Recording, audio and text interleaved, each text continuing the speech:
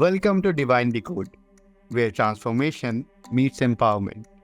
This is your host Yusuf, and today we are joined by Mridula Agarwal, trauma recovery expert, Reiki Grand Master, and subconscious rewiring specialist, founder of I Awake and the creator of the Soul Rebirth process.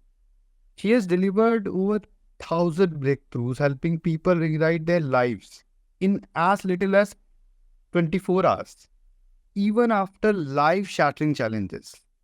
Mridula, it's a pleasure to have you on our show. Thank you, Yusuf. Thank you for having me on your show. It's a pleasure to be here too. And I am very much looking forward to our conversation. Pleasure is ours. So, for the general audience who might be listening to this for the very first time, can you explain in very brief what are karmic contracts? So, karmic contracts are lessons which universe has lined up for you, which your soul has agreed to master in this lifetime through the experiences that will unfold in your this lifetime through the very people you're going to meet or the situations that you're going to get into. And until and unless those lessons are not complete, the situation is going to repeat on loop over and over and over again until you have really learned what you are meant to learn. And by that default, it's a contract. The contract is like this. I will teach you how to use your voice. Okay. And the other person, the recipient, would be someone who will have no voice. So the universe will play a trick. Okay. So let's assume there is a pairing. It's like, it will look like a match made in hell. There is someone amongst two people. It could be business partners. It could be parent-child. It could be siblings. It could be your spouse. It could be anyone, okay? Even your bosses for that matter. And usually all across the sphere, you will have gifts from universe in the form of these people who will never allow you to use your voice. So, for example, you could have a very dominant parent who would tell you always with very clear, crystal clear, guidelines, this has to be done like this, like, clear manual instruction. And if you say, I don't want to do it like this, you'll be very seriously reprimanded. Like, this is, you have no choice and you have no say in this matter. What I have decided for you is final. Okay. Now, Wow. you met the same person. Yeah. And the same person may also run across someone who is like a very opinionated and a dominating spouse for that matter, who will not even volunteer to listen. What do you want to say? What is your thought on this? What do you have to contribute to this conversation? Are you okay? Should we go ahead with this plan? No, you will never find this kind of person in your life either. You may have a boss who has also signed up to teach you how to use your voice. And this is the guy who will take your ideas and will present them as if their own. Now, obviously, you can hate them. And I'm pretty sure all of us do hate our karmic contractors. But the reality is like this. All of us are teaching each other lessons. This is the karmic contract. Even if you're in an abusive relationship or an oppressive one, or if you have a difficult equation with certain categories of people, the lesson is for you to learn. So let's retract it to the time, let's say as a child. If your parent was someone who was very dominating, maybe they were short on time, they were hyper-organized and hyper-controlling because of a variety of reasons, and they were always giving you instructions and instructions and instructions, and maybe you learned it over the passage of time that interjection is not going to solve it. If I say what I want, she's not going to listen. If I do not obey, maybe I'm going to get further punished. So maybe as a child, you have already tried 5, 10, 15, 20 methods to deal with it. But let's assume they have not successfully gotten you to the point where you can actually use your voice. You have learned to filter your words. You have learned to match your timings. You have learned to only say what is necessary. You have learned how to do things under the hood. You have learned how to escape a conversation. So you have also developed 20,000 different mental and emotional strategies on how to cope up, overcome, or hide from these kind of situations. That's not exactly expansion. So, because you could not finish up your lesson to that great degree of perfection, this is where your new teacher will arrive. Okay. So it's like this. If you had been able to solve this problem, if you knew only on how to deal with these kind of people who are not allowing you to use your voice, then obviously the karmic contract will continue. If you have used it already, like if you've learned your lessons, okay, game over, lesson 2. Now at this point, you know how to use your voice. Maybe then the universe will unfold another lesson for you, how to find your safety, how to be peaceful in the middle of chaos. So accordingly, the game will change. However, if we continue in the same spiral of playing victim, of blaming others, of trying, rather than trying to find a way of solving the problem, we tend to innovate 20,000 ways on how to run away with the problem. True. Then the problem is going to magnify. And I have seen patterns in which it is initially not that bad. Like maybe as a child, you couldn't speak to your parents that well. Or maybe as a child, you had a certain capability to communicate. But as you have grown as an individual. But because of that fear or that lot of, unuseful or unresourceful, I would say, strategies which have gotten embedded in your system, you have now learned how to not deal with the problem. And because of which the problem gets so much magnified that you may land yourself in a situation where the other person may actually beat you up to the point of submission so that you cannot speak. On the outside, it may look the other person is abusive. Of course, the other person is abusive. But the pointing comes back to you. What exactly made you choose such a person? How could you not in the initial conversations figure out this is not good for you? How is it that even after you, at one point of time, all the red flag stage must have had gotten passed up? At what point of time did you realize this is your normal and you can live with it rather than trying to run out of it? What happened with you that rather than trying to break out of the situation, your mind went into the coping up mechanism development situation? So, yeah. Mridula, how would someone face this situation or, learn from these contracts if they are just like you? I would take an example, like let's just take an example. If I am in a toxic relationship, most of the time the partner resists leaving those contracts. Let's just say for any reason. How would I face it and how should I deal with it? That okay, this is not something is something that I should learn, and this is what I learn, and now I have to move on from it. What should be my approach or our approach as listeners? So see, a karmic contract necessarily does not mean that it's a completely toxic relation. Majority of the relationships, or rather all the relationships I know, they are in the mixed shade. Some parts of all of us are very good, and some parts of all of us are there to teach a lesson to someone else. Okay. You have to look at situation in a totality. Let's say the problem is the person does not allow me to talk. Okay. But otherwise, my partner is healthy. I mean, other than the fact that he or she is very opinionated or dominating, or once their mind is pretty much set up, it's very difficult for me to sway them because they're very strong on their own arguments. But otherwise, they're all good in majority of the things. Okay. Then that means there's no need for you to learn to walk out of the relationship. This is a relationship of mutual growth. In the relationship, you have to learn how to speak up, convey, and move the other person and find a middle for both of you. Okay. Yeah. So this is a relationship. This is a karmic contract. And this entire setting of a relationship, one person could be in a position to expand themselves.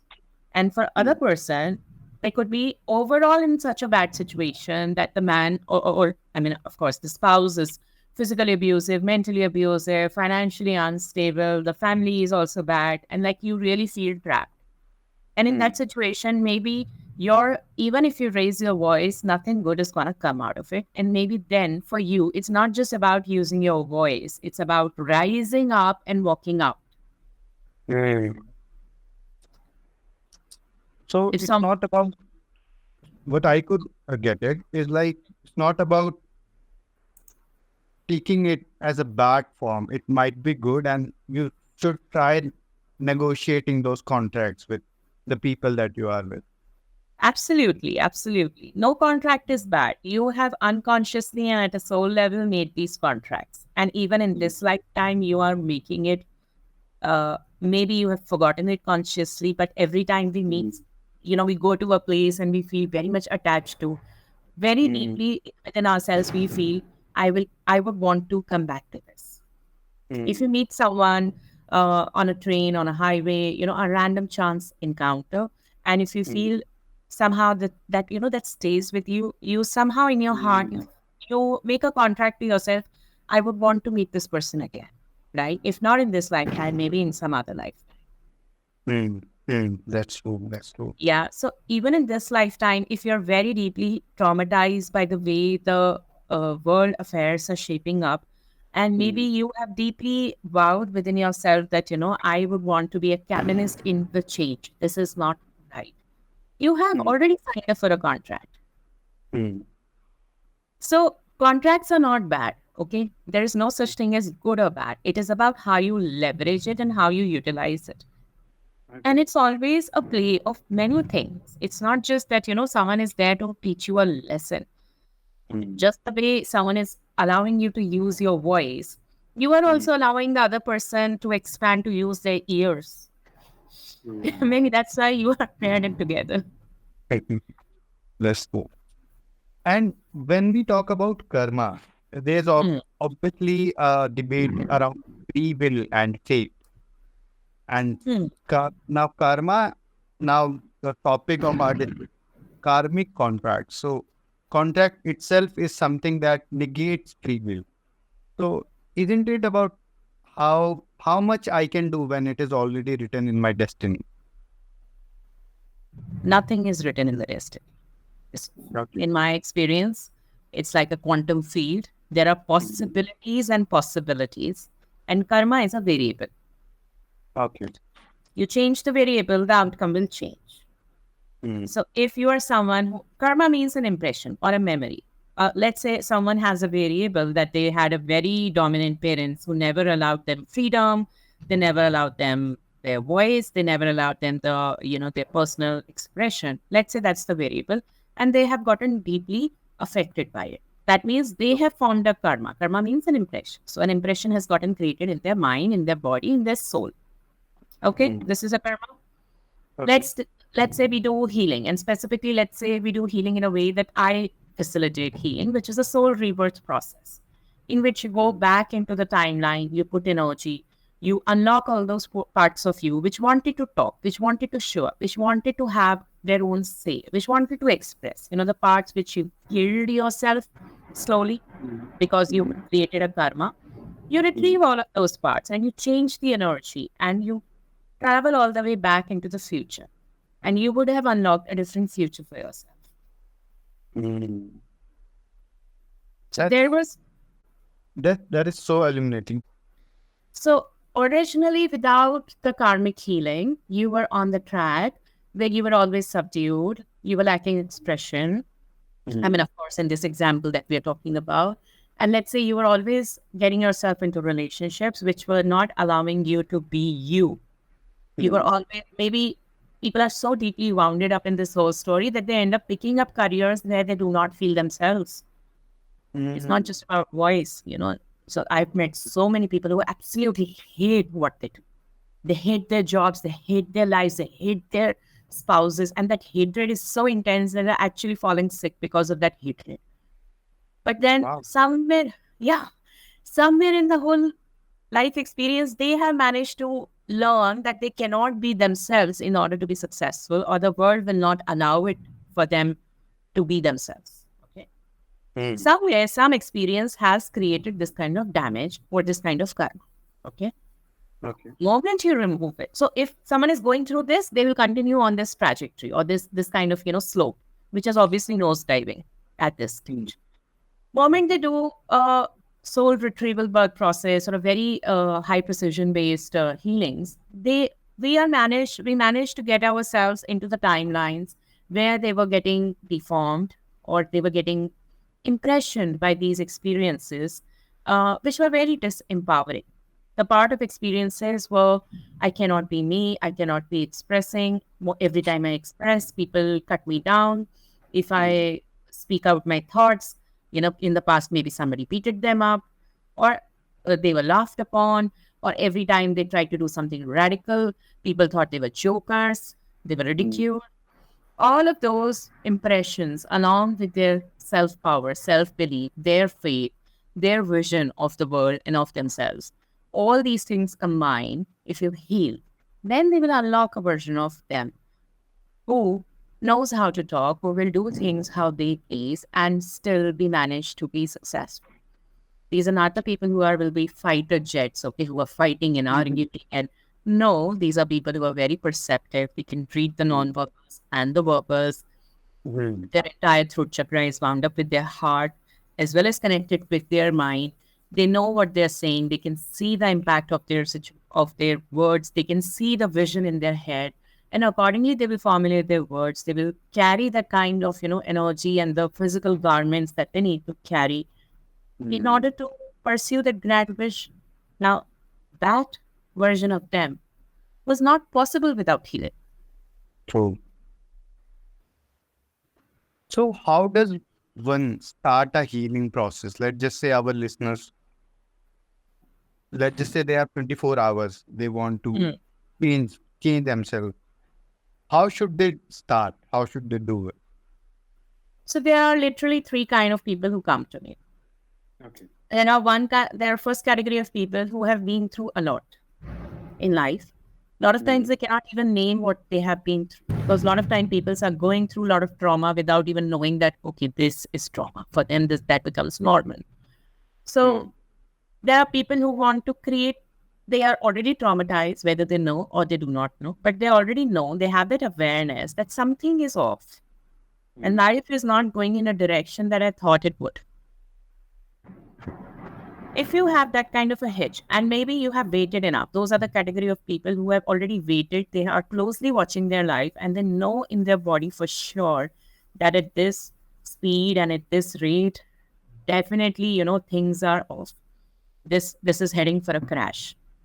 And that's the first sign for these kind of people that they need to come for healing. So listen to your own instinct. If your body tells you, if your gut feeling tells you that life is not shaping up the way you want, then this is not the time to give yourself this gyan that, we have to learn to accept and what we have and we have to be grateful and this and that. No, this is not the time for all of that. Use your head, please, and listen to your body. Okay? Then there are second category of people who have no problems first. The career is fine, the health is okay, they have nice houses, they have spouses or children, or they have friends and family. Things are going fine. Per se, there is no issue. But it feels like they've gotten themselves onto some kind of a treadmill. So they're running and running and running, and every day they're going to office and they're coming back and they're going to gym and they're doing pickups and drops with children, and every weekend is a party, and then once in a quarter there is a holiday, and they're living paycheck to paycheck, house EMI, car EMI, investments, this and that. So now again, you're still in a treadmill mode. You're like a hamster on a wheel. And this category of people, if they are really self-aware, they know that at every stage in life, the number will change, but effectively they will still be on a hamster on a wheel. So maybe this is the people who realize that, these holidays are not exciting me anymore. These clubs and these luxury dinners and fancy lunches and these get-togethers and everything, I'm getting bored. No matter how many different things I try to do, there's no passion in it. And, all of this starts weighing them down. So the spark disappears. And they know that in the next 40 years or 20 years or 30 years of their life, they will still be doing the same thing. They will be making more money. They'll be living more luxuriously. Maybe their children will get settled. They have that much of vision. But they recognize along the way they have lost themselves. And on the outside, it may look that I have friends to talk to, but it's not a heart-to-heart conversation that's happening. You go to the restaurant, and if there is a loud table next to you and people are discussing politics and they're discussing gossip, they're catching up with what's happening with uncle and that auntie and that neighbor and that child, all of that happens and that discussion ends and get together is over. Nobody stopped to ask, how are you feeling? True. So that is one, if your life has hit a hum, a boring, dull, disconnecting hum, where everything looks certain and perfect, but it's hollow, then that's the great point for you to recognize that you need to heal and get your spark back, to get yourself back. Wow. And then there are third kind of people. See, in the category 1 and in the category 2, there is always an aspiration. If you see someone who's recovering from trauma, they want to be somewhere and their life has, the track has not led them to be somewhere. Okay? So they are very much far away from their goal and there is an aspiration to reach that. In the category 2, they are already living their dream life, but something feels off. Okay. Category 3 is very different category. Category 3 are usually people who are ultra high achievers, or maybe they have reached a point in their life where everything is running on autopilot. I mean, their income is passive, they have a lot of investments, their businesses are running on autopilots, they have already, or maybe they have left their jobs, they are literally flying high. The children are settled, their houses are paid for, they have more than enough investment to maybe run them through next 2 generations. Oh, but now the problem is, what do I do next? So they are in search for some excitement. These are the people who still have energy, but they don't know what to do. Yes. But then the story is about, what can I do for the world? I have already gathered resources for myself and next 2 generations of mine. Now I want to give back. And I'm not talking about some charity events where there are guest speakers or maybe, some kind of philanthropy activity that they keep on doing or some CSR initiative. I'm not talking about that. I'm talking about a change, a permanent change that is going to change the trajectory of this world, that is going to change the way the world operates today because of them. Okay. That's a higher calling. Oh.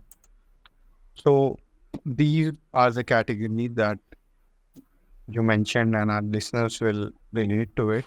Mridula, are there any ways that our listeners can connect with you? Yeah, I do offer a 30-minute free clarity call. We also have a paid calls, and definitely listeners are more than welcome to connect and discover what is their life trying to tell them and how can they reach their next level. True. That's true and that's powerful. And for me, this conversation was more like knowing myself rather and connecting myself on a way that I have never seen. And for that, thank you, Mridula, for showing how even the deepest wounds can become a gateway to freedom. To everyone listening, release what no longer serves. Trust your inner wisdom and remember, your breakthrough may be closer than you think. Thank you so much for connecting with us. Thank you so much, Yusuf, for having me here. And thank you all the listeners for listening to this show. Thank you so much. Thank you. It was great having you.